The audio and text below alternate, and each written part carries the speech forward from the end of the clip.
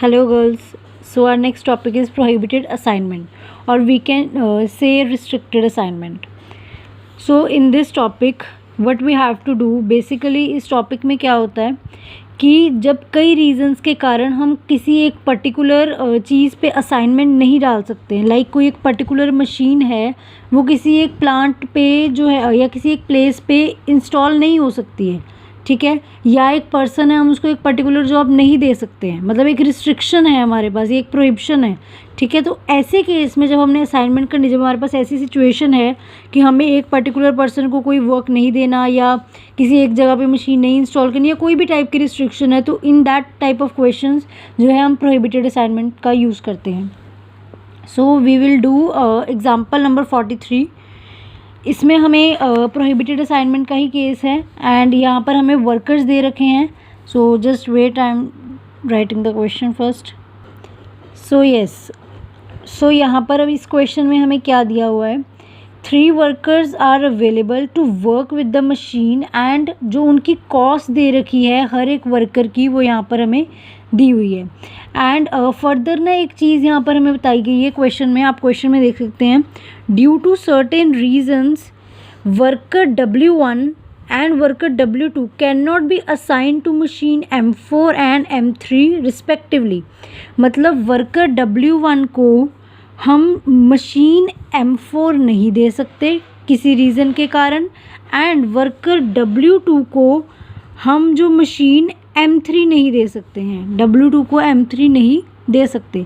तो in that particular case आप यहाँ पर डैश डाल दीजिए या फिर आप यहाँ पर एक इन्फिनिटी का साइन भी यूज़ कर सकते हैं, बट ध्यान रहे यहाँ पर ज़ीरो कभी भी यूज़ नहीं करना है, या डैश या इन्फिनिटी का साइन यूज़ होगा, ठीक है। So we will just start doing this question. और first of all what we see कि जो वर्कर्स हैं वो 3 and machines are 4।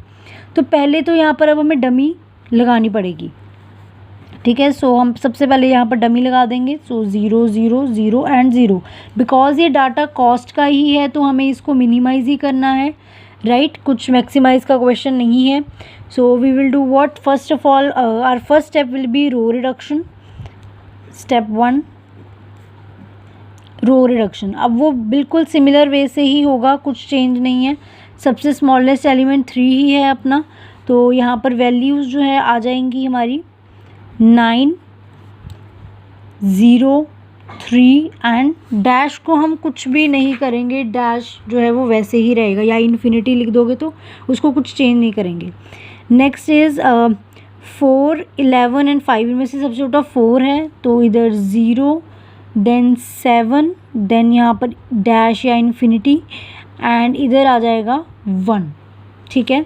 So similarly next row में हमारा आ जाएगा 6 0 8 एंड 7 एंड लास्ट रो में क्योंकि ज़ीरोज़ ही हैं तो यहाँ पर कुछ और नहीं, ज़ीरोज़ ही आएगा, इसमें सबसे मिनिमम तो वही है। चलो, so row reduction is done and when we do column reduction, I think यहाँ पर अब ज़रूरत नहीं है कॉलम रिडक्शन की, बिकॉज हर एक कॉलम में एक एक ज़ीरो अवेलेबल ही है, तो आपका ये सेम ही आ जाएगा। So I am skipping that step. तो आप अगर करना चाहें तो इसको दोबारा कर सकते हैं, ठीक है। मैं इधर ही असाइनमेंट्स भी साथ ही में कर रही हूँ, आई एम स्किपिंग 1 स्टेप। सो अब यहाँ पर क्या होगा, सबसे पहले अब हमने असाइनमेंट करनी है। तो आप देखिए पहले में एक ज़ीरो अवेलेबल है, सिंगल ज़ीरो है हमारे पास, तो हमने इसको असाइन कर दिया एंड कॉरस्पॉन्डिंग क्रॉस कर दिए। इधर भी हमारे पास एक ही ज़ीरो है तो इसको भी असाइन कर दिया एंड कॉरस्पॉन्डिंग क्रॉस। एंड इधर हमारे पास 2 ज़ीरोज़ हैं, आप देख लीजिए और कुछ हो सकता है यहाँ पर नहीं, तो कॉलम वाइज देखते हैं तो ये असाइन हो गया एंड इसको क्रॉस। तो अब कौन सी रो है जहाँ पर कोई भी असाइनमेंट नहीं हुई है, तो वो ये है, इसको टिक किया। बिल्कुल सिमिलर वे से क्वेश्चन होना है, वहाँ पर जहाँ पर ज़ीरो है उस कॉलम को टिक किया, उधर जिधर असाइनमेंट है उस रो को टिक किया, right. So we will stop here because यहाँ पर और कोई ज़ीरो क्रॉस नहीं है। So we will stop here and now we will just continue दो स्टेप्स जो हम हर बारी करते हैं। जो मार्क्ड कॉलम है उसको क्रॉस करना है एंड जो अनमार्क्ड हमारी रोज़ हैं उनको हमने क्रॉस करना है। So I am just taking now कि जो भी अनकवर्ड एलिमेंट्स है बिल्कुल सिमिलर स्टेप्स ही हैं कि उसमें हमने सबसे स्मॉलेस्ट एलिमेंट ढूंढना है जो कि 3 रहेगा। सो 3 को आपको पता ही है अनकवर्ड एलिमेंट्स में से माइनस, एंड जहाँ पर हमारा इंटरसेक्शन पॉइंट है वहाँ पर प्लस हो जाएगा, लाइक यहाँ पर एंड यहाँ पर।